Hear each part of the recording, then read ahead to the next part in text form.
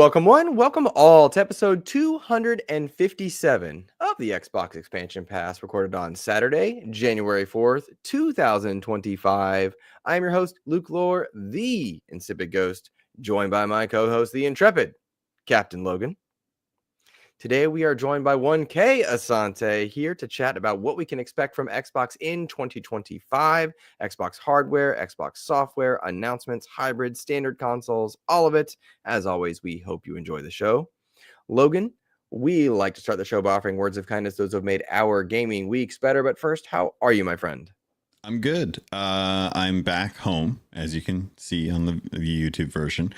And things are like getting things squared away. You know, when you come back from vacation, you got to unpack. Sometimes there's some cleaning. Well, I had cats that I hadn't seen in a while, so I wanted to like spend time with them and then getting back to work while everyone's still kind of out. So it's been a weird week because by the time Friday arrived, it felt like a Tuesday worth of work, and I was like ready for the rest of the week. And they're like, all right, you guys have a good weekend. I was like, okay.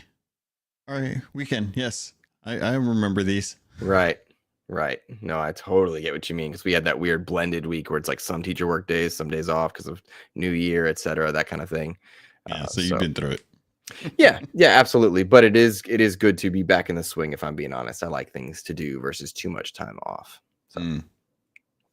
Mr. K. Asante, I want to say, one, thank you for joining us, my friend. It is good to see you. You and I have concurrent shows on Saturdays, so we don't get to always kind of make the jump over.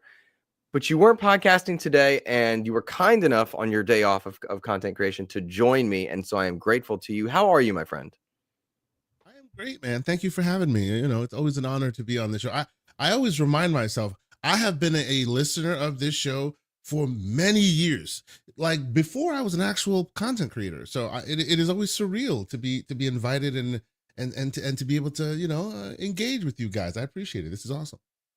It is a pure pleasure of mine. You and I had the privilege of getting to meet in person this past summer at Summer Game Fest and the Xbox conference. Looking to do the same come this summer, I hope. Fingers crossed. Fingers crossed. It's going down. It's going down, as they say. Yeah, we're going to try and repeat that. Hopefully, bring some more folks in tow this time. Should be more fun. So I hope how so. It goes. Yeah, I hope so. I want any XEP listener that is unaware of K. Asante's content. I'll be putting his links into the show notes. I'll be putting his links available. I often listen to him for the 2 hours prior to our own show on Saturdays. So I often lurk or sometimes jump in chat there.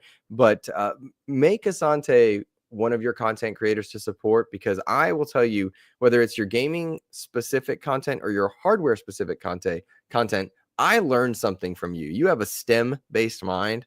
You have an educator's mind, and the way that you allow me as a somebody who doesn't understand all the tech to understand things is very much appreciated. And so before we dive too far into that part, where did that come from for you? Like, you tend to want to teach your listeners about your tech and content.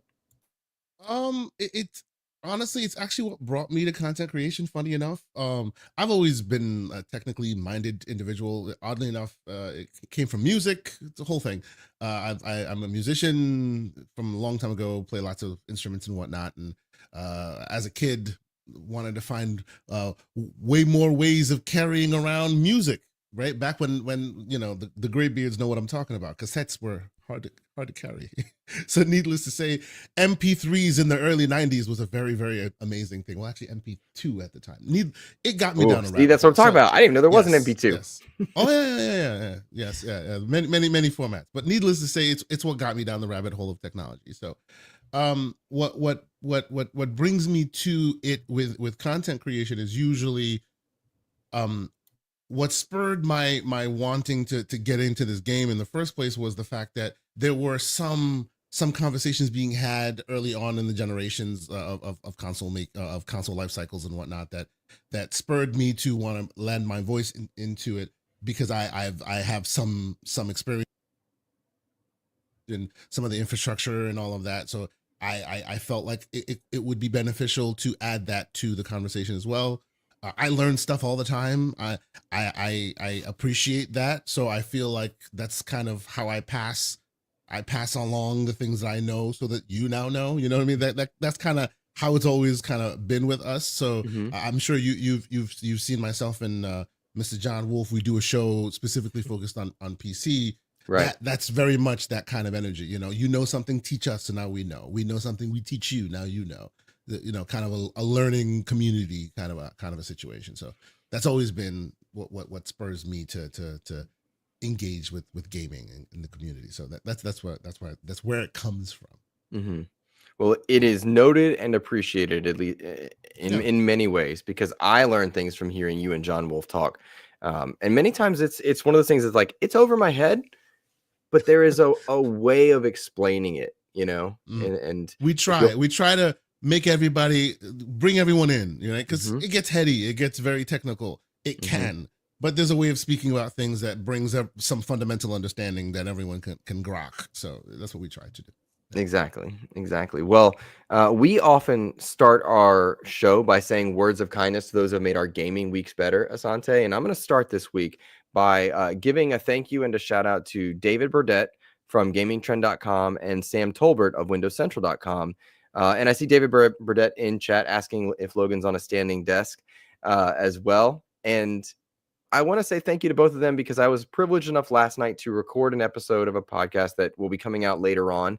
But they asked me to join them. We talked about Xbox this year. I also got to meet them in person at that same showcase, Asante, that you and I got to go to. And so it was just a pleasure to talk to people that were enjoyable, celebrating games, examining games. That's my favorite. That's my favorite way to enjoy content, is learning about it, talking about it, and enjoying it, never condemning it or putting it down. So I your mic's coming in soft. All of it. Ooh, is your mic testing 1 2? There you go. Now you're good. Fantastic. Apologies. Testing 1 2. I'm good. Yes. Please continue. Just that those are my words of kindness. David Burdett, Sam Tolbert, they have made my gaming week better, and so I wanted to thank them. So there you go. Excellent. Asante, yeah, go ahead. Because I wanted to shout out some of the patrons in chat who invited me over to Spreading the Nerd because somebody couldn't make it. We're not going to say why they couldn't make it, but I was double booked. I'm not talking about you, sir. I'm talking about Clint. Clint, lazy. Yeah. I know why you weren't there, but we're not going to talk about why Clint was there. But shout out to Spreading the Nerd. Butch and Silkenit invited me to come on last night, and we were just kind of hanging, chilling, talking about Xbox in 2025 and just all kinds of like what's it going to be like, kind of prognosticating, if you will, on how things are going to go and what we think will happen. Obviously, like I'm the worst at this, but I love getting a chat with folks and getting to sit down and have some time with some of the folks, friends of the show, and their content and see how their ventures go and stuff, and just kind of chat with them about stuff. So it's really awesome to be able to jump in there. Definitely like to get to do more of that if time. I got to make sure I say no from time to time, but I usually try to help out when I can with those. Yeah, that's awesome, man. I was happy to see that you were able to take that reign because I enjoy getting on other shows also. So, Asante, have we vamped enough for you to have some words of kindness for this week? Oh, please, I would. That was an easy call for me. So a gentleman, my co-host, one of my co-hosts by the name of John Wolf, put me on to something that kind of has thrown me for a loop for a little bit, and I bring that, and I want to thank him for bringing it to me, and I guess bringing it to all of you guys. There's a fan-made project called Sonic Galactic is what it's called. Sonic Galactic. Looked it up. It's being built since like the 2020, I think, is when it was first put together. It is now in demo format. They clearly state that it's a fan-made project. It'll never be for sale. They don't want to be for sale, and so far the Sega ninjas have not descended upon them. So thankful for that. But if you see what this thing looks like, holy cow, it is awesome. Like the soul of Sonic Team was in these people who made this thing. It is transcendently cool. I was playing it. You can play it anyway. It's a PC game. You double click it, it runs. You don't even have to install the thing. Put it on the Steam Deck. It is phenomenal, like phenomenal. So yes, if there are words of kindness, I want to thank my brother, Mr. Wolf, John Wolf, for putting me onto this, because now my children don't get to see me because I am busy playing Sonic at the bathroom. It is awesome. It is awesome. This is beautiful. I'm looking at footage right now. I'm a big Sonic fan. Like, I loved Mania, I loved Origins. I really went through a good deep dive. I loved Sonic Frontiers. This is the 2D world of just, this looks like Sonic Mania on steroids. They basically, if you read their site, they basically say that it was their imagining of, if they lived in, it's a what if idea. What if Sega, in when they started, where Sonic started, if they were successful and continued down the Sega Saturn line, and that was also successful to the point where they were allowed to release a fully 32-bit Sonic, and that's this idea. So you see a lot of those limitations, but also he does interesting things that are very modern, like they're putting new ideas in there while paying homage to the original ideas. It's just such confidence on display. It's wild to me that someone has cobbled this together from nothing, and it is fantastic. I love the Sega. This is such a great call out, because I love the Sega Saturn era, but it doesn't play very well, right? And so when I see people recapture that spirit, I had, if anyone hasn't played the Power Rangers Rita's Rewind game, post patch, because they fixed a ton of complaints that I put in my review. That review is now null because they fixed so much stuff. But there are sections that are clearly spiritual homages to Sega Saturn era graphical fidelity, and it's awesome. So this has made my day. I'm going to be checking this one out. I'll probably be asking you how to get it on my Steam Deck. I'm here for it. Like, this is good. Amazing. Yeah. Awesome. Good. It's really awesome. More people should check it out. And it's free. Just go play it. It's awesome. It's great. Yeah. So cool. So cool. Awesome stuff there. Thank you for that call out, man. That's amazing. Let's chat out a few people in chat. We've got Rick Davis in chat, Silkenit in chat, Gentle Stone in chat, Mr. James Suddy, the lovely a coffee chick here in chat. Xbox Head is here. Good to see you. RSJ fan hanging out with us. And then one X Bacon Gaming has a call out. We, XEP, lost the Fantasy Critic last year in the little Fantasy Critic that we were doing. Logan, I think we lost like badly too, didn't we? Yeah, it wasn't fantastic. Yeah. But yeah. Having not done it before, and definitely not in the trash slinging element that some people get into, because that's not my world. Joseph Moran, my son-in-law, ugly kid, by the way, not out there cheating and stuff. We didn't cheat. We just made some calls and we learned some stuff. He was never accusing us because he didn't feel that we were a threat, but he was going after the nerd chat for like Hades 2 and Astrobot and stuff. Like it was gross. It was just like, there was so much vitriol, and I was like, this is not what I like. There's too much blood on the floor. Get me out of here. Yeah, same. I think we bowed out of that one because I wasn't interested, but I could do it again if it was nicer. Yeah. All right, guys. Well, let's start with our first topic here, and this is going to be so simple, but Logan makes it so relevant here. Gaming resolutions for 2025. Gaming resolutions, we do these every year. We have themes to every year for XEP. 2023 was Find the Fun. 2024 was that games aren't work. My theme for 2025 is also a gaming resolution, I suppose. It's to play the game, not the system. That is my thought process, to enjoy the games and not worry about the system, and to do a better job of that, because even as somebody who loves playing in many places, I found myself specifically looking, is this game available in my platform of choice? That's something I'm still going to be doing, but I want to focus on the game conversation more than the system conversation. And I'm looking forward to doing that with a lot of games that are likely coming out this year, to include things like Doom, the Dark Ages. That's going to be a multi-platform title. Outer Worlds 2, multi-platform title. So Indiana Jones will be a multi-platform. It's true. I think you're going to see Starfield on PlayStation this year. I think that's a thing. I don't know if that's the case, but I think that's the case. What do you think, Asante? Starfield on PlayStation this year? Oh, I want that. I want to see that happen just so Sycamechanico John Clark from Xbox Era can be very nasty on the internet. I'm looking forward to that day. It will happen eventually. We shall see when. Yeah. But no, Yeah. it is interesting times. Yeah. That is I think we see more games from the Xbox ecosystem make their way to other places. And so often I hear conversations, is it going to PlayStation? The question should be, is it on Switch too? Because I think Xbox is going to have a very powerful Switch 2 launch. I think you're going to see many titles available on Switch 2, Halo included. Sea of Thieves. Sea of Thieves, I think, is a day one. I think Sea of Thieves is a day one. I think you're right. It's an Xbox One game, damn it. Give me Sea of Thieves on my Switch. Make the YouTube video I came out with back in 2019 a reality. Well, Logan, why Switch and not G Cloud, Steam Deck, ROG Ally? Because Xbox games are available there. So first off, cost. The Switch is always kind of low priced. It's always priced around like the Series S, but they have something that I think the Steam Deck, the ROG Ally, that all of those systems don't really have yet. They don't do it so well, and that's the actual name of the thing, Switch. You switch from your dock, you switch to play handheld mode.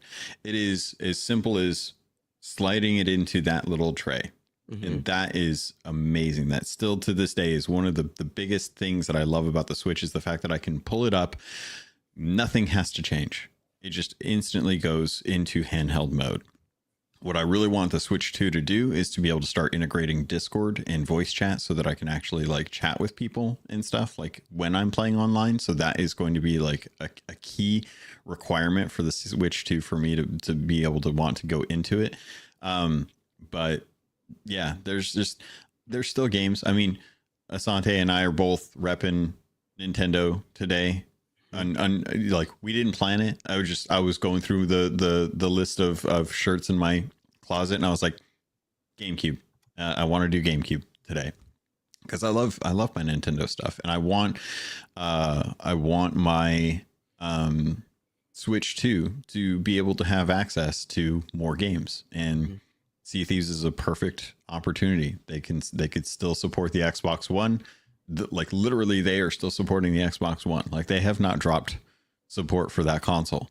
So if they can do that, Switch 2 has a really good chance of doing that. I would love to see them do that. State of Decay 2, go back to the library, like all the big heavy hitters, like get Gears of 4, Gears of 5 on the Switch. People can have like some of these experiences that'll just be like, what have I been missing? I've been living in Pokemon world this whole time. There are bigger games out there.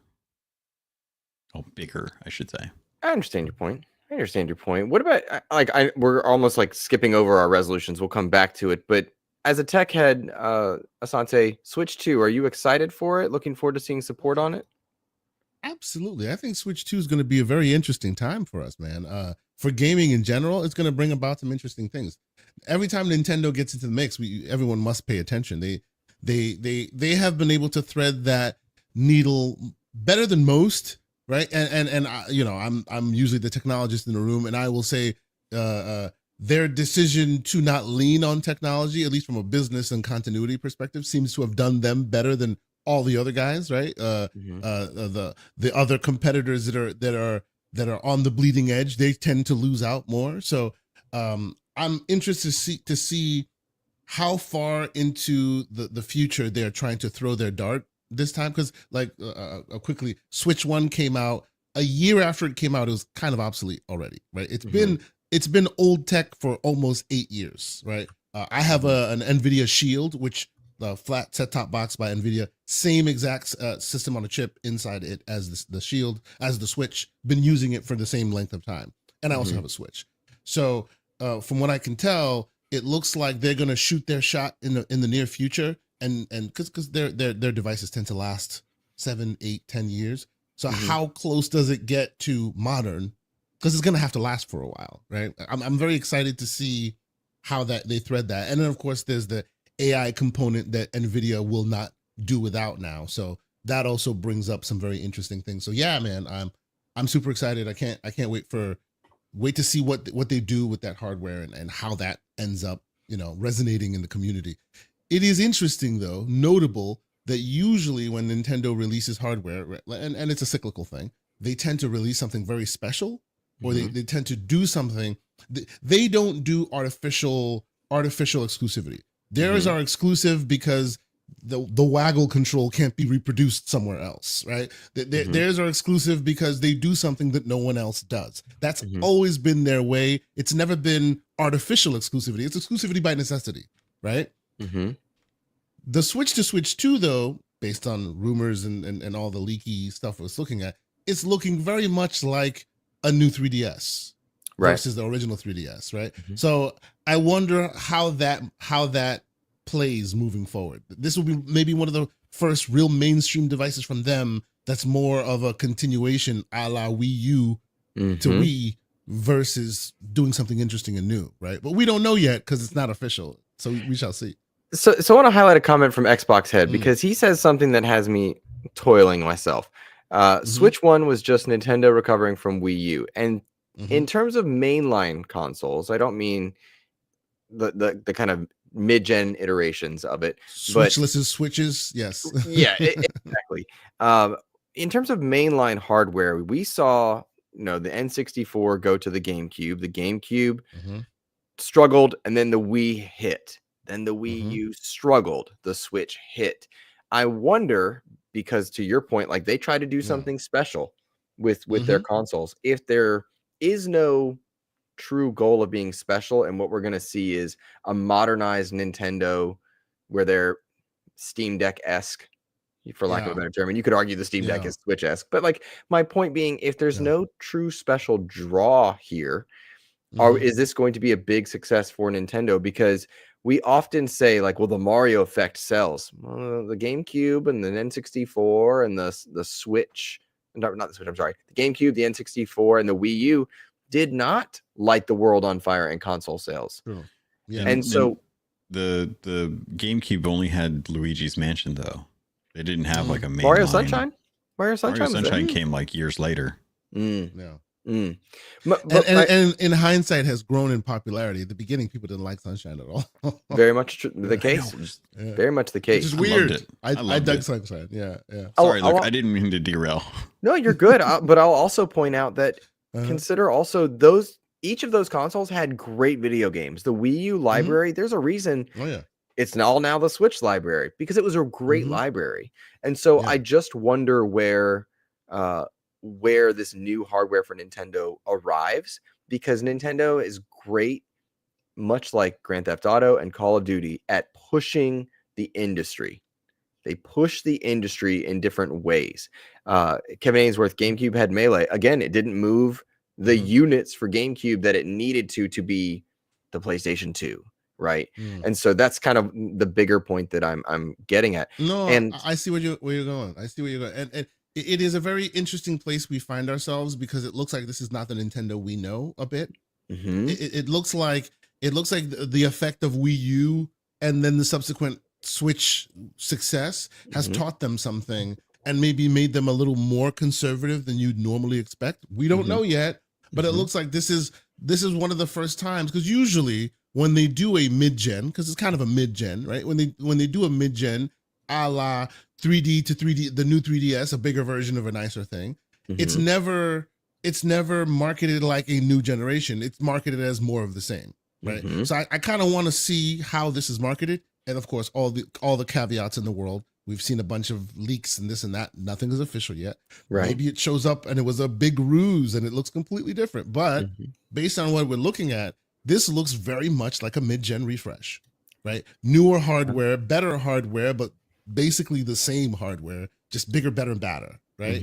Do they sell it as more of the same, or do they sell it as a new generation? That will really determine a lot for me. You know what I mean? So we shall see. And this Nintendo has the new Super Mario Brothers movie that was a hit success. This new Nintendo has the theme park. This new Nintendo has more transmedia content in the pipeline, plus an install base on the Switch that is confirmed back and pat. Well, I hope so, but like my point is, they now have to also contend with expectations of an audience that wants cloud saves. They want availability. They want voice chat, more voice chat, right? Bring us Xbox 360 technology, please. Right. One of my biggest knocks on the Meta Quest 3 is that Discord's not in there, because Discord's how I do cross console gaming. It's how I make myself available. You could load Discord in there. I got Discord running in the background. But did you sideload it? It's not integrated. That's my point. Yes, it's not exactly. Integrated. That's true. And sideloading. We all had our phones out at the beginning of 2020 with our Xbox headphones, and we're pairing up multiple. Like, we've jumped through hoops in the past. Don't pretend like it has to be integrated day one. But Captain Logan, man, you should at least demand that they don't require you to use your social security number in order to communicate with your buddy. That's just, come on now. It's time. I 100% agree with that. Yeah, that was some BS. It's crazy. I think because I just prior to this recording finished my Steam Deck review, right? So that is recorded. It's gonna be edited. Okay. And what's that? I'm excited to hear your thoughts, sir. That's cool. Yes. Just for someone like you to hear it, because I come from a perspective of console. Yes, from being in the console space, and so I want that easy integrated, just pick up and play, straight up experience. That's right. Yeah, exactly. Side loading is unappealing to me, but it's appealing to many in the PC market. Again, that's very Nintendo-esque, very Apple-esque approach. I just want it to work. So, what's going to happen with Discord and the Switch 2? What's going to happen with the new Xbox hardware? How much tinkering do they want people doing if they do go into a space where you can just pick up the Asus Xbox, the Lenovo Xbox? How pick up and play friendly is it going to be, and how customizable is it going to be? And so I asked that question for you first, Asante, to follow by Logan, if you don't mind. Sure. I mean, like, we're living in a hypothetical future, but in that hypothetical future, you've already and I'm maybe putting the cart before the horse, making assumptions on your thoughts about this thing, but you're already in that world, right? Like, you already see how it can be, where the needle can be thread so expertly, where you want a console-like experience, here you go. You never have to mess with anything. It's a console experience. You are in the hammock that is console, right? You don't have to worry about it. But if you do feel like you're going in the back end and doing a little bit of this and a little bit of that, that's available to you too. The aforementioned awesome fan game that I was just talking about. In a normal console parlance, right? If you were stuck in a console way, it would be like, well, I'll wait till it eventually comes to mine, if it ever does, which it probably won't. This thing can still make use and tinker in a way to get that still running while still having that console-like experience. So for me, when it comes to that, I honestly think that we're in a world where the answer's already there. The pieces of the puzzle are already together, right? We're waiting to see what Microsoft will do in that world. We're waiting to see what Switch will bring as far as UI updates and modernization. But none of this needs to be reinvented, right? Because borrow from each other. There are clearly answers that have been resolved by various companies that are in this space. The ultimate winner of this will be the person who brings them all together in the most concise, most user-friendly kind of way. And I think, as I suspect you'll speak to, these guys are very much on their way. They are. Ooh, they are. I'm so excited to get that review out. I'm so excited. Logan, what about you, my friend? I'm looking forward to seeing what Microsoft does, because I very much do think that Xbox is going to go the way of kind of like just branding their stuff on everything. Sorry, I got my neighbors running water above me. I think they're going to kind of put Xbox on all of the different handhelds and offer stronger integration. We've seen them take the PC app, which was unanimously one of the worst gaming apps people have had on their PC to be able to download games and access games and stuff like that. Over the years, they've put a lot of work and a lot of features into that. They've worked on Game Pass, Game Bar as well too. So they are prepping integrations for handhelds in a much stronger sense, and they're looking to dog food that type of functionality with their own handhelds in the future. That will then make it easier for, companies like Asus, like Lenovo, like Steam to pick up that OS functionality, those APIs, and just integrate them into their own OS, and then give us like that hybrid of ecosystems that we so desperately want to have access to. Like, I just downloaded one game launcher on the Microsoft Store the other day, and after hearing about it, I was like, oh well, I'm not actually sure what all is installed on my console from the different launchers and stuff. So it pulls in all of my launchers, anything that's installed, it has it all right there. And I'm like, okay, well, what do I want to play? I'll click on the game, it'll launch the launcher and then launch the game. And something like that is where I think we could see a lot of these handhelds going. And I think that Xbox is just going to kind of like slap their name on the side of it and give it like a green shell. Mm-hmm. Good call out there. I hope that's the case, if I'm being honest, because I just want it to be simple and I want access to those big libraries. One of the things I like about the Steam ecosystem is you can add your, like, from another library. So if you have GOG or Epic Game Store stuff there, but that doesn't mean it's available super easily on my Steam Deck or whatnot, at least to my knowledge. Is that right, Asante? Takes a little bit of work. Takes some work. It can be. It can be. It can be as seamless, just like you're describing here, Captain Logan. I can show you my Steam Deck right now and flip through, and I load a game, and it may be from the Epic Game Store, or it may be from Steam itself, or it may be from an emulator, and you wouldn't know it. But in order to accomplish that today, it does, like you're saying, Luke, it does require some effort and some time on your part setting up the pieces to make it work that way.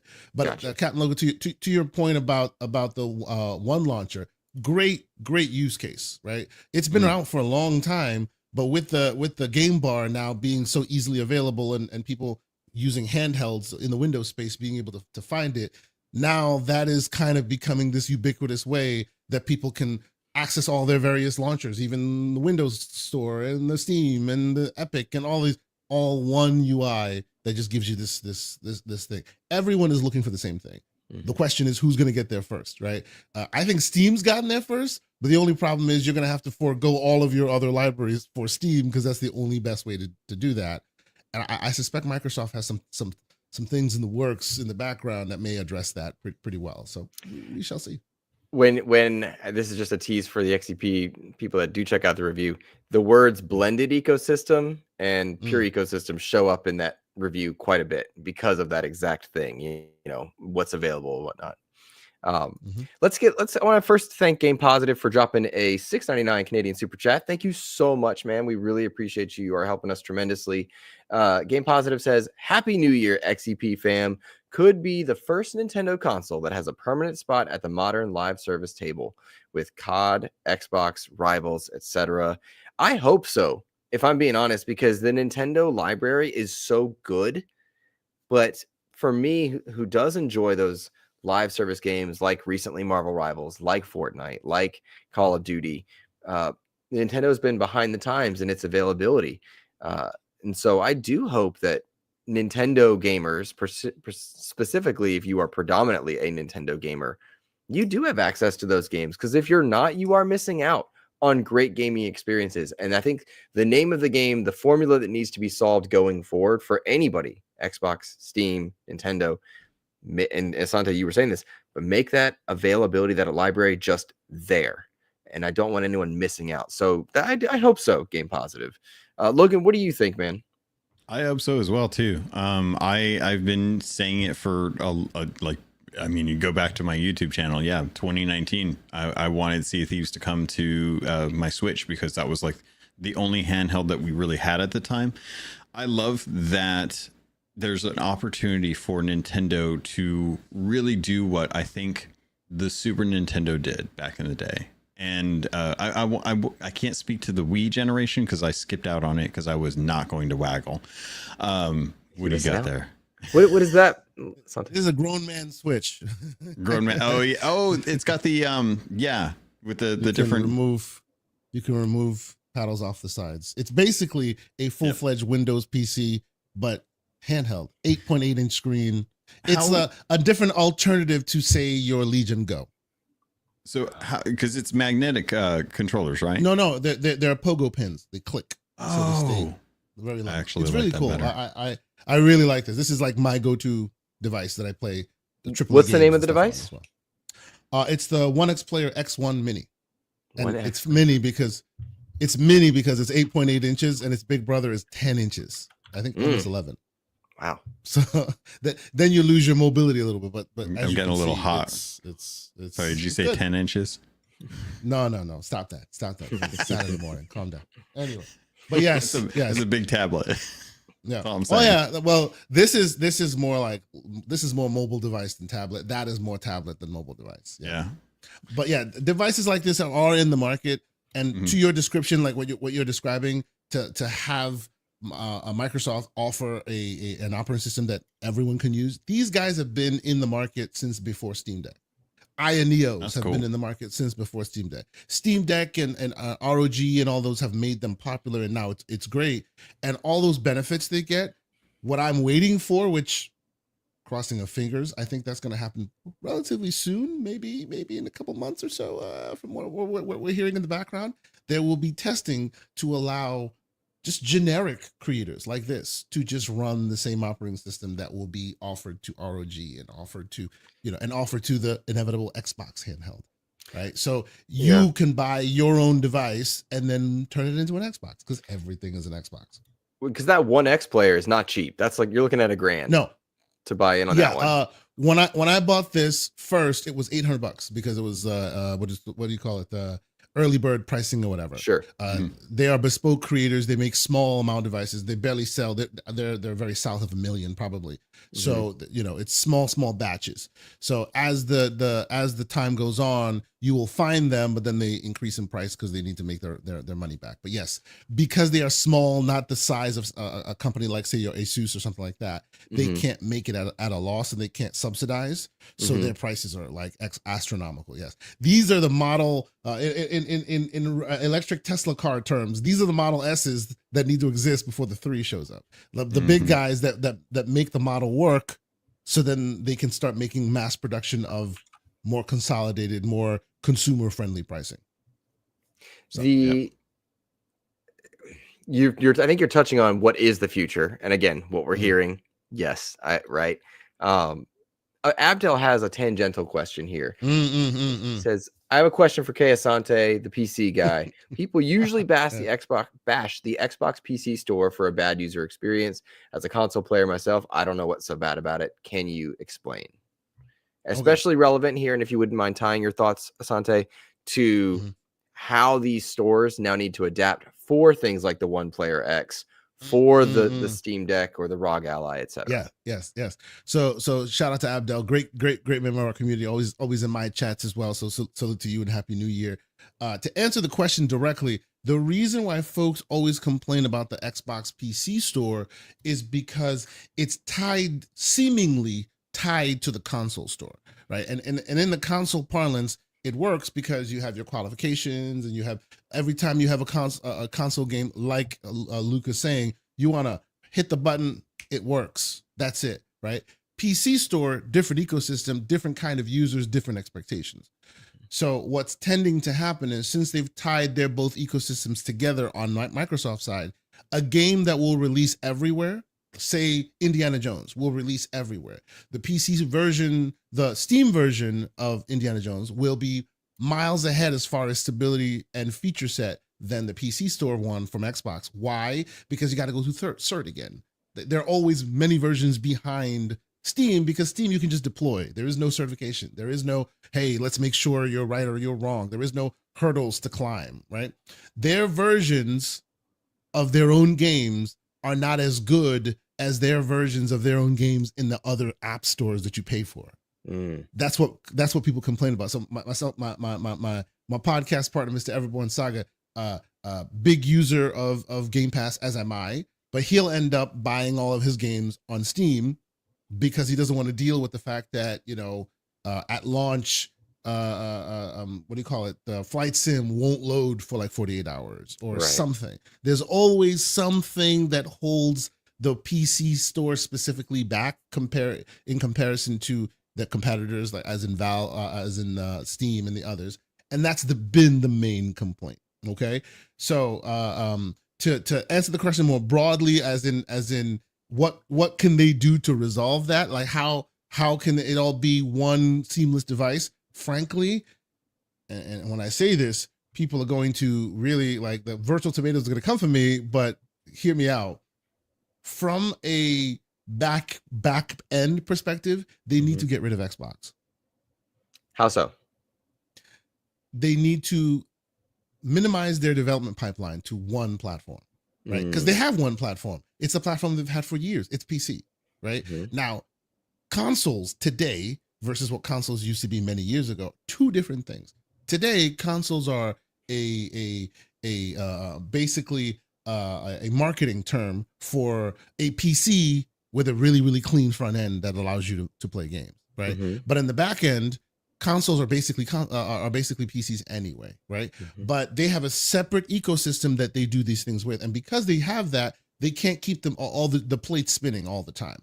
And this version is not as good as that version, right? And take it add to that the fact that every game is basically built on PC in the first place, and then you got to diversify it for console. So specifically for Xbox, in order for them to succeed, it's not for them to get rid of Xbox, but it's for them to get rid of the Xbox development pipeline and make every game a PC game. And then those who want it on the PC side, same binaries as those who want it on the console side. It'll still be a box in front of your TV. It'll still hit play when you play it. It'll still obscure any Windows PC-ness at all. It'll still look exactly like an Xbox, but in the background, they're not two separate development pipelines. It's just one thing. So when it comes out everywhere. Everyone can get the same thing. No one's complaining that this one has this version versus that version. It's a long slog they have to do to fix this. But right now, that's what's holding them back. They have two separate pipelines, and they can't get them both in synchronization. That's the problem. Got you. That makes perfect sense when laid out that way, and not a way that I had thought about it. Useful. I know it is interesting, right? Like it's just hadn't thought about it that way. I generally buy through the Xbox store because one, there's a better chance that it'll be play anywhere, so I'll be able to have access to it on my Xbox consoles. But also Microsoft Rewards still exists, and even though they've been continuing to cut back on the actual rewards for themselves, there's still like money to be had by just using Bing, by using a Game Pass, by like doing searches and stuff like that. So for me, like I still get a discount through Game Pass Ultimate plus the Microsoft Rewards. So generally my games are usually cheaper, even if I'm not getting them through Steam. That's why I don't do Steam that much, is because I'm usually going to have multiple multiple points of access for my games through Xbox. And because of the Play Anywhere and the rewards and the discount, it makes more sense for me to buy through the PC store. And honestly, I'm very much like you in most of that way. I hear the complaints of the public, and I share some of their complaints, but it's not to the level where I'm like, instead of playing Indiana Jones via Game Pass PC or console, I'm now buying it on Steam. There's some annoyances here and there, but it hasn't risen to the level of, this thing is terrible and I need to buy exclusively on Steam. It doesn't bother me that much. It gets the work done. And as you've said, with the Game Pass, the Game Bar, and all these other things, they are slowly but surely getting it better and better all the time anyway. So for me, it works. It's still fine. I still play most of my stuff dual entitled from console to PC via the Xbox store. But that's usually why, when I hear the complaints, that's usually those complaints that I hear. They're held back, and even when they're there, they're not as good from a stability standpoint as the same game on another store. Yeah, that tends to be the problem. Yeah, I just thought about it. Cloud saves. My cloud saves from console to PC just automatically work with Xbox PC app. There you They go. don't comfortably work if you're going into Steam Deck. But you know what? Like Luke, you also asking like, what do they do to resolve that? Ultimately, there are some growing pains that I've spoken. I said it publicly. I spoke to Jason Ronald about this exact same problem. Like there is a world where there's going to be a lot of me's. Right now, there are very few me's. People who have many different kinds of handhelds like this, who can, I pick up my save here, I drop it there, I play it here. Either I'm cloud or I'm local rendered, and it's just wherever I go, I should be able to do that. In certain instances, I have some tweaking that I can do to resolve those issues. But by and large, they're trying to get more people to play like that seamlessly, right? But their own systems tend to push back against some of those seamless integrations they're trying to do. Like for example, right now, I don't think what I sent to Jason, I don't think they've changed it yet. You can only have 2 devices be offline and be part of the Xbox, the Microsoft ecosystem. Meaning, if you have 2 separate devices, they can both download games offline and play them offline. After that, after you've defined two devices, you cannot do that again for any other devices for a whole year. So imagine you say you own you own an ROG Ally, and then the Ally X comes out and you buy that, right? And then the Ally X is broken, so you have it replaced, but the serial numbers are different. So now you have 3 devices. That new Ally X, you will never be able to play any games offline for that for a year until they let you switch the serial number. Things like that. Very weird little, weird little things like that they're still kind of resolving, but it'll get there. It's getting better and better all the time. So yeah, good call outs there. And you mentioned Jason Ronald's name, and I do want to give him a shout out because I mean, he's elevated. He's now VP of gaming devices now, and next generation technologies or whatever. Yeah, next generation consoles. I think it was. Something like VP of next generation. That's what it is. No, Paris Lily in the chat. He is he is dashing my dreams. He says that problem that I'm describing, they are not changing that. So there you go. But it is worth noting because that is a growing pain that the answer needs to be addressed. But Paris making a good point that it prevents piracy. True. I just hope they find a better solution for it, because if I'm a guy who has a laptop and I have a desktop and I have a handheld, now I have 3 devices that run your thing. Your limit is 2 devices. A good the limit point. needs to be increased a bit. You know what I mean? So hopefully they walk through the process that the consumers will do and kind of tweak the process for usability a bit. It's coming along, Yeah. That's something at least I know with like other companies, they've gone in and actually addressed that in some ways by allowing you to remove devices or sign out of all of them. Yes. If they could at least do something like that, then give agency to the consumers the way they ought to if they're going to have these kind of restrictions. It's one of the things that I hated about Sony way back in like the MP3 player days. You could only have like some of their MP3 players, you could only have like 2 versions of a song downloaded to different discs at any given time. And I'm like, well, what if I wanted to have like three or 4 mixtapes? Like I could have like multiple discs that I put into their player, but I could only download 2. And it felt weird at the time. So things like that, like if we're going to have digital libraries, we need to have more access to them, more agency over them. And that ties right into devices as well. Yeah, absolutely. I do want to finish my thought on Jason Ronald briefly because we did get sidetracked in the best way. But genuinely good person. Like I just want to acknowledge that like meeting him in person was one of those, I didn't get like rudely spoken to. I didn't get like dismissed. I was heard. He spoke politely, interested in what gamers were interested in, wanted to do right by people. And I really I appreciate that in a world where people get bombarded with social spaces, people get bombarded with comments, and just a genuinely wonderful human being that I enjoyed talking to. And so it's neat to see that happen. And so I wanted to call that out because it's not something we can always see and say. He is a total rock star with a glorious beard, and he needs to be respected. That's right. Absolutely. Yes, sir. Absolutely. Before we continue our thought process, I wanted to thank the supporters of XEP. I know we've got 45 people watching, sharing, listening, hanging out with us in chat, which I appreciate. But we also had a new patron this week that I want to give a shout out to, and that's, I want to pronounce it properly. It's Fado, Fado. Subscribed at tier 2 over on our Patreon, and I want to thank you so much for going to patreon.com/Xbox Expansion Pass, helping me, helping Logan get to LA, get to meet up with these amazing people like Asante, like our people from Level 1 Gaming, Baron and David. They're going to be coming on very soon, which I'm looking forward to chatting with them. Just getting to see people. I see Paris in chat, which makes my day. Just great way. So thank you for supporting us on Patreon to help us get there. And I want to read out the tier 2 and 3 shout outs. Actually, Logan, it's your turn. You've been on vacation. Would you mind reading them? Yeah, I can do that. As always, if you have any questions or concerns about where to go see support or be able to support, head over to patreon.com/Xbox Expansion Pass. With that being said, we always like to call out the tier 2 and tier 3 patrons just to make sure that they are appreciated in the best ways possible, outside of getting access to the XEP Discord, where we have one of the best communities in my opinion. And I'm not trying to oversell that. It is one of the best.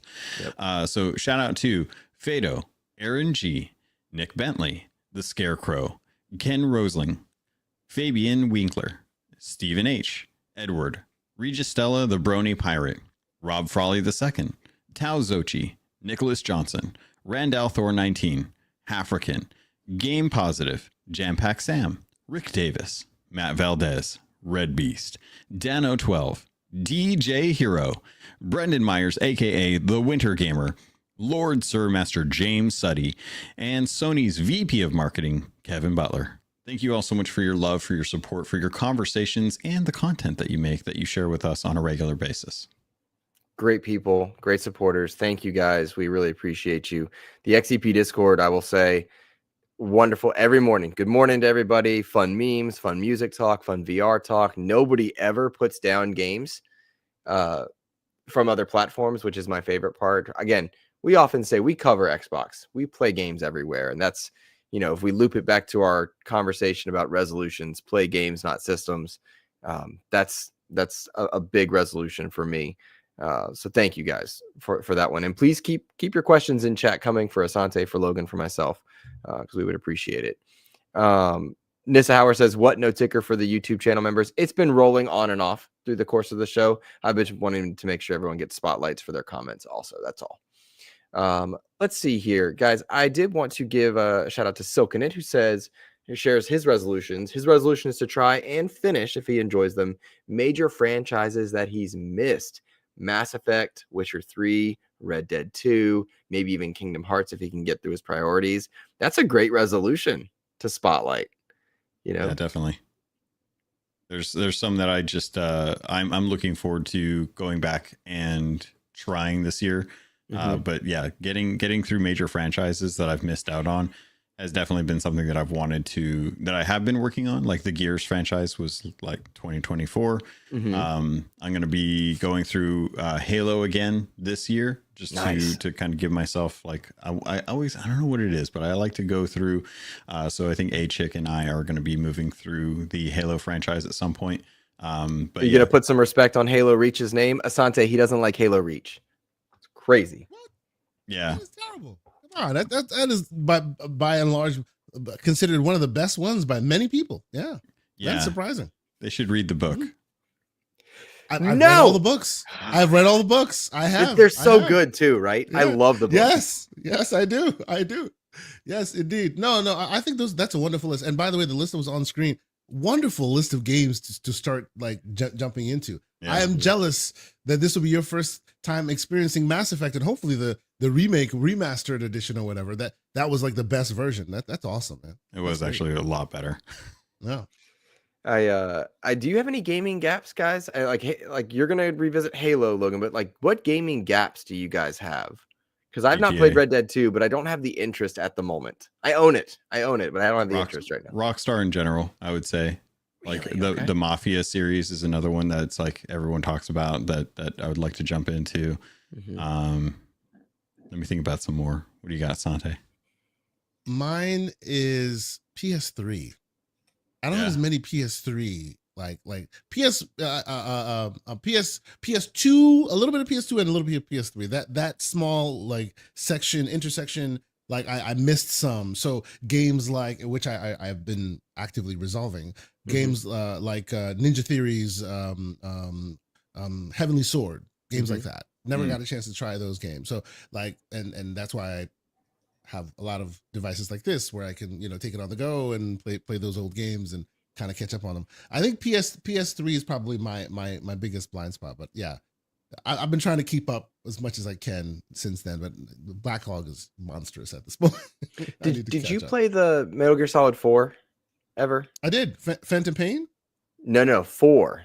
That was specifically on PS3 and it's still trapped there.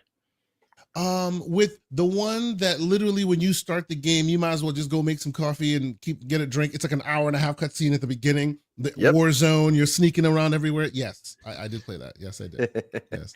I love that game. That is why I owned a PS3. Such an audacious beginning. It's just ridiculous. It is, man.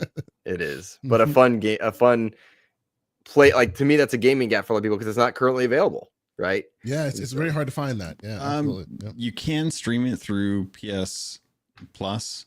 Excellent. I didn't realize that. It is part of the PS3 catalog, as far as I recall. Excellent. So you can't download it, but you can stream it, as far as I was checking. Gotcha. So I have a Portal. I gotta check and see if that's available. I don't know if they're only still stuck on the PS5s. But because the Portal just recently started allowing you, if you have a PlayStation subscription, you can also stream games a la G Cloud to Xbox ecosystem. You can do the same thing on the Portal. So that might actually be there. That'd be a really great way to play that. I may check that out. That's awesome. Yeah, do check that out. My Metal Gear. I have played many of Metal Gears, but like I want to finish many of the Metal Gears, and some of them I have not. So I may have to go back and do that. That's awesome. Fair. Yeah. Great community member, patron, and supporter of XEP, Todd Oxtra says, my resolution is not to force the fun in a game. If it doesn't grab me early, I need to be okay with moving on. I think that is a fantastic resolution. Fantastic resolution. Todd is my barometer for how hyped I get on stuff. He'll quickly put me in check. One of the things on the Steam Deck was quite funny. I was like, dude, this is incredible. I'm playing Arkham City portably. And like, he's like, yeah, that's a 360 game and Switch can do that. And I was like, shut up. Like, wait a minute. Hey. He's playing Arkham Knight portably and like amazing graphics. It's just mine. And it's all right here. It's crazy. It's pretty cool. That's awesome. Is.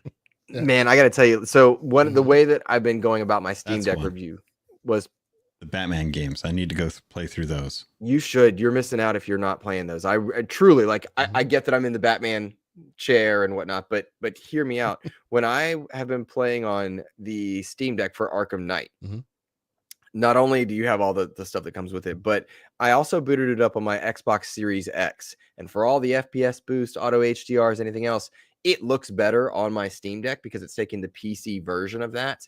And the fact that I've got that portably, I'm in awe because I love a lot of DC games. I love a lot of DC stuff. And I've been on this kind of journey revisiting a lot of them.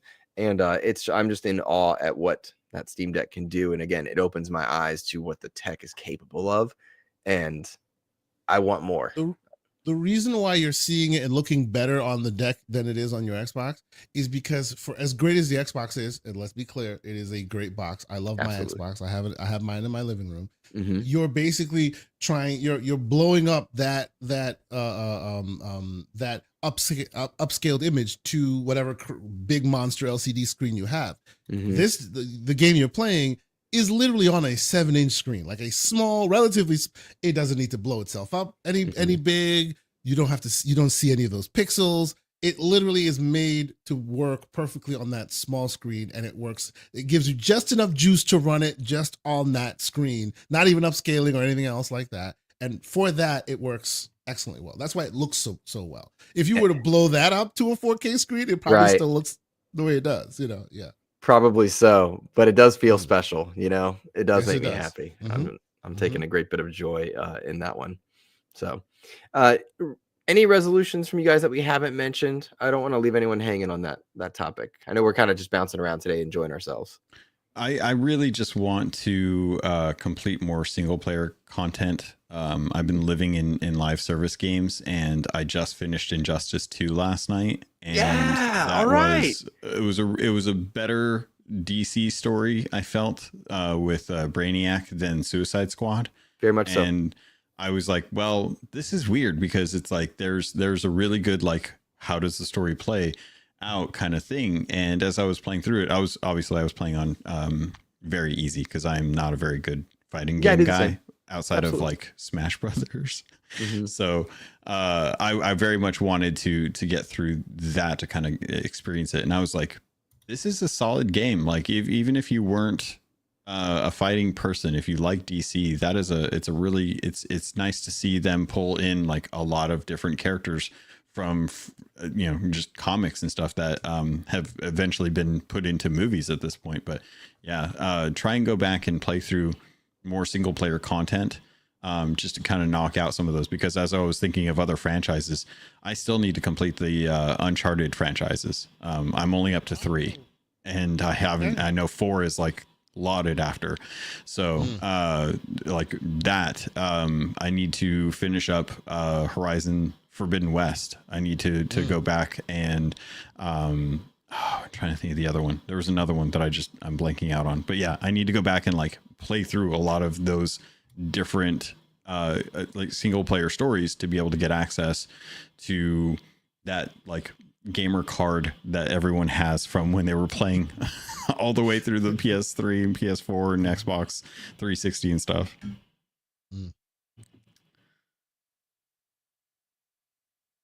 Wait, I was muted. Sorry. And then when I read to hit the unmute button, I hit leave studio, and I was like, no. Because I was typing back to some people in chat. They're asking about the Marvel Rivals mains in there. So enjoying that conversation because I'm enjoying Marvel Rivals, which is cool. Spider-Man, that's what it was.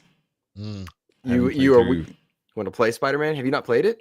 I've only played through 1. I need to finish Miles Morales, and I need to go into 2. I think Miles is better than 1. Do you think Miles is better than 1? I've been enjoying it. Me personally, a lot. Yeah. I think it's a better video game than 1, but because I grew up with Peter, Peter is my Spider-Man, and Miles. You know what? You're gonna laugh at me because Miles is a fantastic Spider-Man, and Miles as great. a game is an incredible video game. The fact that Miles's ability is called Venom messes with my brain because Venom is such a villain in that verse, and so I get stuck with Miles sometimes because it's like Venom attack. I wonder what why they did that. Like, I don't know. You've got all these options, but I will say I think Miles Morales is the best. I'm just tangentially aside here. Is the best new character in comic books. Like he is Spider-Man. Miles is Spider-Man. And even with the Green Lanterns, like you can have more rings, like it. And then you look at other characters where they try to just make it a female version or they race or gender swap something. No, Peter is Spider-Man. Miles is Spider-Man. They are both Spider-Man. And that's so well done. I loved how Insomniac made him shine on his own while still respecting the source material and still making Peter feel like Peter. Spider-Man 2, they take some risks here and there that we can debate later once you've played that, Captain Logan. Yeah, we'll talk about that. But 1, I really love 1. I played the first one to the completion, played the remake or the remaster, and then bought it on PC, played it all over again. And then also the same thing with Miles. I love those games. I think Miles is perfect, but I also really appreciate the first one. I just think Insomniac has honed in on the formula of storytelling there, and they do an expert job. They do a really good job. Yeah, I'm with you on that. Miles has definitely been a lot more fun for me than 1, just because I feel like I'm already familiar with what to go into, and Miles just has better powers. I think Mhm. personally, I think he's More a lot fun, more. more dynamic. Yes. Yeah, Better way more gameplay. explosive. I love the camouflage. It's fantastic. I really like that. So I'm looking forward to going into 2 eventually because of that. But yeah, there's definitely like a lot of like little gamer sins that I would like to try and knock out time pending this year that have kind of been like on the docket. So my wish for Spider-Man 3, Miles Morales 2, Wolverine, whatever, is that in Wolverine, like, and I know there's leaks out there. I appreciate that, but I have not paid attention. I don't want to. My hope is that what we have with Wolverine is him essentially tracking down Venom or battling Venom somehow and getting infected with symbiote, and Miles trying to battle and handle that in Spider-Man 3, and then Peter coming in to help.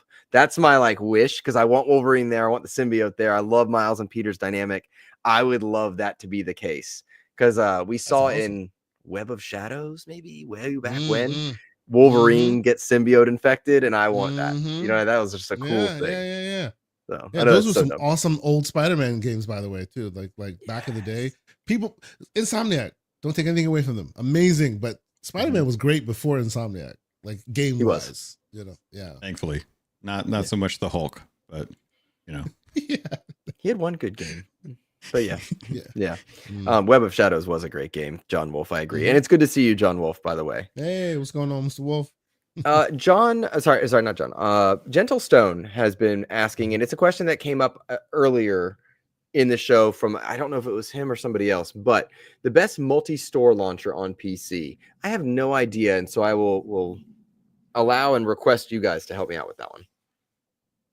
I mean, one game launcher is still pretty fresh for me. I like that as having access to all of my installed games. I have yet to find a solution that has all of the libraries available, and including games that aren't locally downloaded. I think GOG is probably the best in that case, because that's the only one that I've been able to find that actually grabs what I'm looking for. But there's yet to be someone that I've found that can pull in my entire library from every different ecosystem. Because I did a count the other day, and I think I have close to 400 games that I've got digitally on my libraries. Or no, I'm sorry, games that I've redeemed for free through like GOG, Amazon Prime, Epic. I've got like 400 games. They're not all amazing games, but I've got a ton of games. I think I'm right around this. I've done the same exact thing between Epic and GOG. Everything that Amazon gives away, I think I'm right around 4 and change of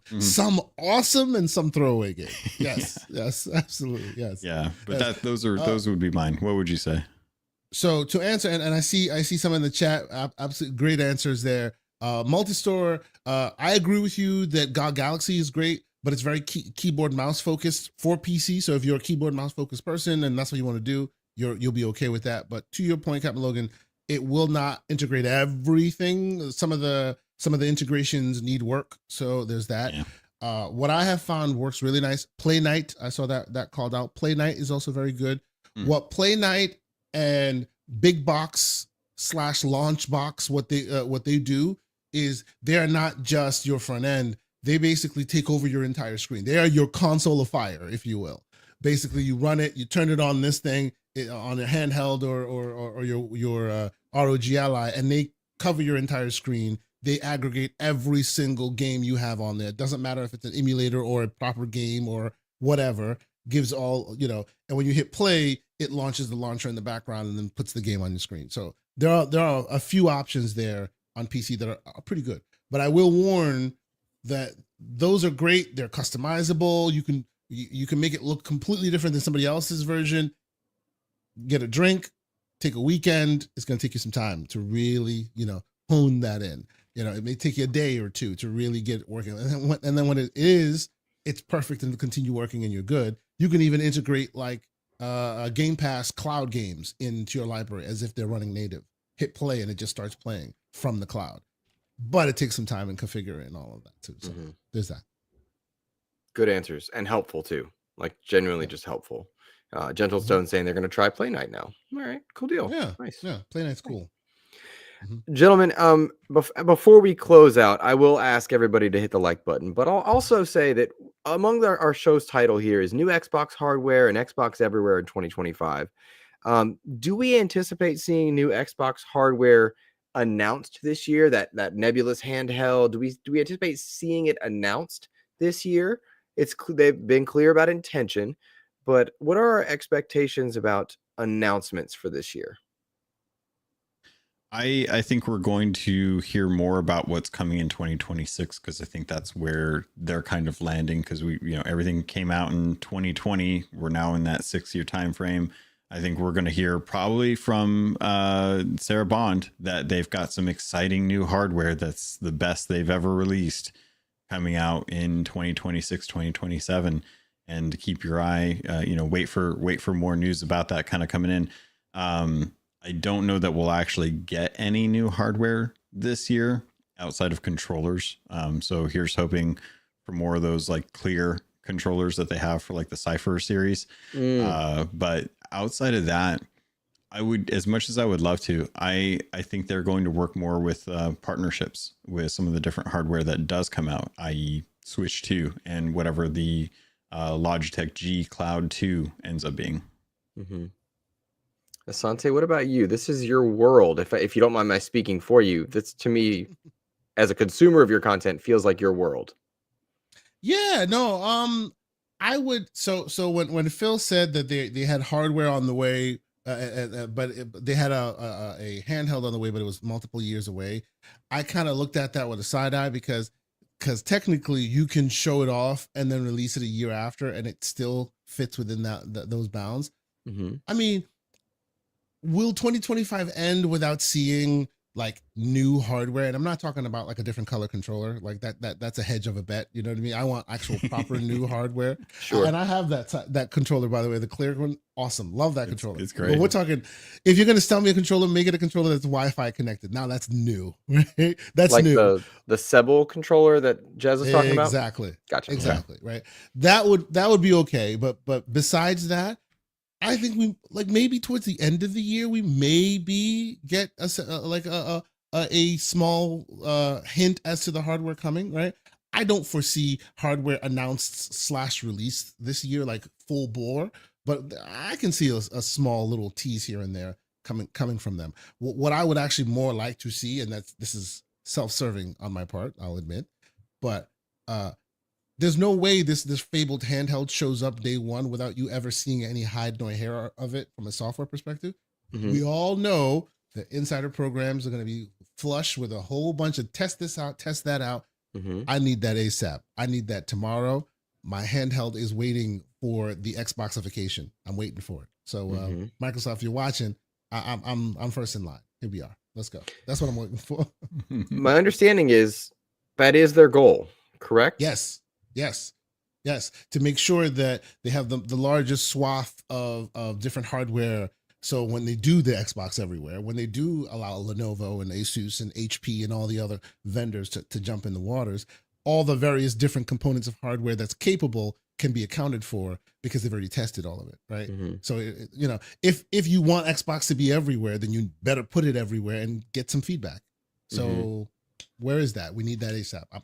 I'm hoping this month, next month, we get an announcement of, hey, insider program. This is the thing. It's happening. Test it on your ROG. Test it on your Lenovo Legion Go. Test it on your generic handheld Windows device and give us feedback. That's what because that means they're moving in the right direction. I'm looking to see that, as soon as possible. So Split in chat, and that's David Burdett, who I was fortunate enough to record with last night, says as long as we don't get another Xbox business update, and so that obviously he's saying that tongue in cheek, but I think the biggest and fair criticism that Microsoft can receive for all the amazing work they did last year is a matter of messaging. And I know there are some people that work extremely hard in those circles, and I don't want to discredit them. But when you have all the moving parts from Activision Blizzard to Bethesda to what the expectations are of the big wigs now at Xbox, we spent X amount of money, we expect this there. I think it will now become a matter of how we communicate these things to the masses, because that has clearly changed clearly adjusted in the way that Microsoft is going about communicating with fans. And I would agree, I don't want a business update, because hindsight being what it is, I think that was a mistake. Hindsight allows for a very different perspective than in the moment. But I do not think it was wise to do that and handle that the way they did. But I do believe that a developer direct where you acknowledge some of these things that might show up in a business update is a fair way to go about it. But I think the focus should be on the games and making clear messaging for when an Xbox game comes out, what can fans expect as far as availability, exclusivity, and not? Because the question shouldn't be, well, can I just wait 3 months and then play indie on my PlayStation? Or can it be, how great is indie? I want the conversation to be focused on the game. So that's a hope for me in 2025. The only thing that I'll add to that and say is, if they are, because we live in a world where clearly there are those who still need to know, they need some answers. People are still very much in this tumultuous kind of thought process. How is Xbox going to look? Clearly there's a transition going. Be clear with your public, share the future, right? If you're, because a lot of questions come up when you start thinking about this. Oh, multiple companies are not going to potentially make an Xbox. Well, what if that doesn't happen? What if the Xbox console goes away? What if there's a lot of what ifs, right? And you guys have answers to those what ifs, right? What happens when you break away from the console and it follows you with PC? How can you keep your games going? Like, there are clear and concise and technology and proper answers to those questions.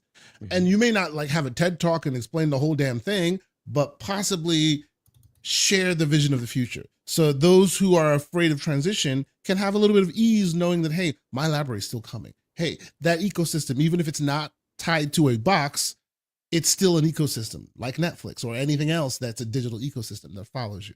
Show people why that is okay, that they go with you on this digital ride. You know what I mean? Do you think that them finally getting the player library wherever you want system or like program that they've talked about wanting to get their games available off the actual console and onto a digital library, do you think that kind of goes along with the idea of like, we want to have gamers be able to access their library regardless? Do you see them kind of like that, them moving more to like what a Stadia was as a result, and still keep kind of the hardware available? So the thing that makes them different than Stadia is Stadia had some really big limitations that they couldn't traverse, right? In order for you to be a part of their ecosystem, you had to build a Linux version of whatever game you were doing, and that was a no-go for like most of the ecosystem. Microsoft is lucky in that they already have a cloud solution, they already have a console solution, they already have a PC solution, right? They have access to all three, which basically a few of them only they have access to, and the others are available across the board, third party. So I think more on their line, why I think they will be more successful with it is they are ready and willing to meet you where you are, right? You want to play on a phone? It's on the phone. It's streaming. You'll deal with it. It's fine. You want to play on this? Well, there are binaries here. Here's the Windows version. You want to play on the console? Well, here's the console version. And eventually, like I said, I would like them to streamline all of it to make it run as seamless and synchronization be as seamless as possible. But even in the short term, they are ready and willing to meet you wherever you are. Even recently, Indiana Jones, you're playing it on Steam, your cloud save, your saves from Steam carry over to the console, carry over to Windows PC. Never been done before. They are bridging that gap, right? So I think more in that realm is what I expect to see them see in the short term. And if they keep following through with that, the ultimate goal will be that ubiquitous synchronization across the board, and wherever you are, your game is just with you. And that's ideally where we all want to go. So more of that, just maybe be a bit more communicative with it, I can see that. Well said, gents. I do want to give a thank you real quick to Adidas 20. Fantastic community member. See him everywhere. $2 super chat. Just saying salute. Thank you for the support, my friend. Really appreciated. And really good to see you in so many different people's chats so often. So it makes my day. Thanks, buddy. Gents, I want to make sure I have not left any stone unturned before we depart today. Is there anything that we've not covered that we wanted to bring up or should bring up? I'm good. Oh, Asante, are we feeling good? I'm excited to see what Jason Ronald has to say at the end of this month when he's on the same stage as Valve and Lenovo and ROG and all that. Some interesting things are brewing there. I couldn't tell you what it is, but it's very interesting. I'm looking forward to seeing what that turns into. So same. And I've resisted the urge to be like, Jason, tell me. You know, like I've resisted that, but I'm excited. Oh man, yeah, because that's some interesting stuff right there. So yeah. Abdel says Paris knows something, but he doesn't want to leak. And I think a lot of people do know things and pieces here, and I appreciate when people choose not to leak stuff. I appreciate when some journalists have to for their job and careers. I recognize the difference in the two, and I think there's a way to go about those things as well. So, but I am excited also. You touched on it there. Like as I enter this world of looking into other hardware, Paris, I know nothing. That's awesome. Sure, sir. Sure. All right. Yeah. Okay. Oh man, that's great. I will say it's always difficult for content creators. Like, what do you talk about? What do you not? When you hear, when you know, that kind of stuff. But I want to very clearly say to you, Asante, I know our shows often run concurrently on Saturdays, so we don't always get to work together, but you are a daily driver in my Saturday mornings. Or daily driver, that makes sense. You are a staple in my Saturday morning prior to when we go live here, and I want everybody to take a moment, go to Asante's channel. I need to grab that link, and I'll do that while Logan talks and while you talk. But do go and check out his work, because I learned so much from you, and I am such a big fan of your content in every single way, shape, and form. So thank you for taking the time on your day off from content to join me here today.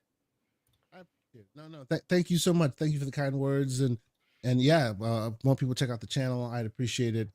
Just fun, learning stuff. We learn stuff all the time. We teach stuff all the time. It's about being gamers and enjoying gaming and things like that. And so whenever there's some new interesting things, we like to share. And Everborn is like making turning his mini PCs into desktop consoles in his living room, things like that. Really cool stuff. If you want a Steam console without waiting for them to build it, we built one a couple months ago. So it's stuff like that. Pretty fun. So come check us out.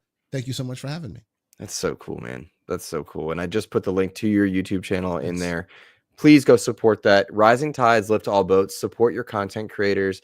I saw Paris in the chat. Please support his channel, Happy Cloud Gamer. Support them. Rising tides lift all boats, and we're a community, and it's good to share and appreciate everybody. So there you go. Absolutely. Logan, thank you. I want to welcome you back from vacation. You look rested. You look great. I'm glad you had fun. Thank you for being here, because you were missed, my friend. I know people in our community have missed you being on as well. Let people know what you've got brewing, because for our channel, we've got like $1,000 worth of tech reviews coming out between the two of us. So like I mentioned, Injustice 2 was something that I rolled credits on last night. So I've got some thoughts and opinions that I'm typing up and recording today that I'm going to be hopefully getting out. I don't know the day, but I'm going to be trying to get that locked in for the Turtle Beach pivot controller. My A50s, they're probably not too visible right now, but I'm still working on the A50 headset review. I just got these guys, the Cloud 3s for Hypertech, or for HyperX headset for Christmas.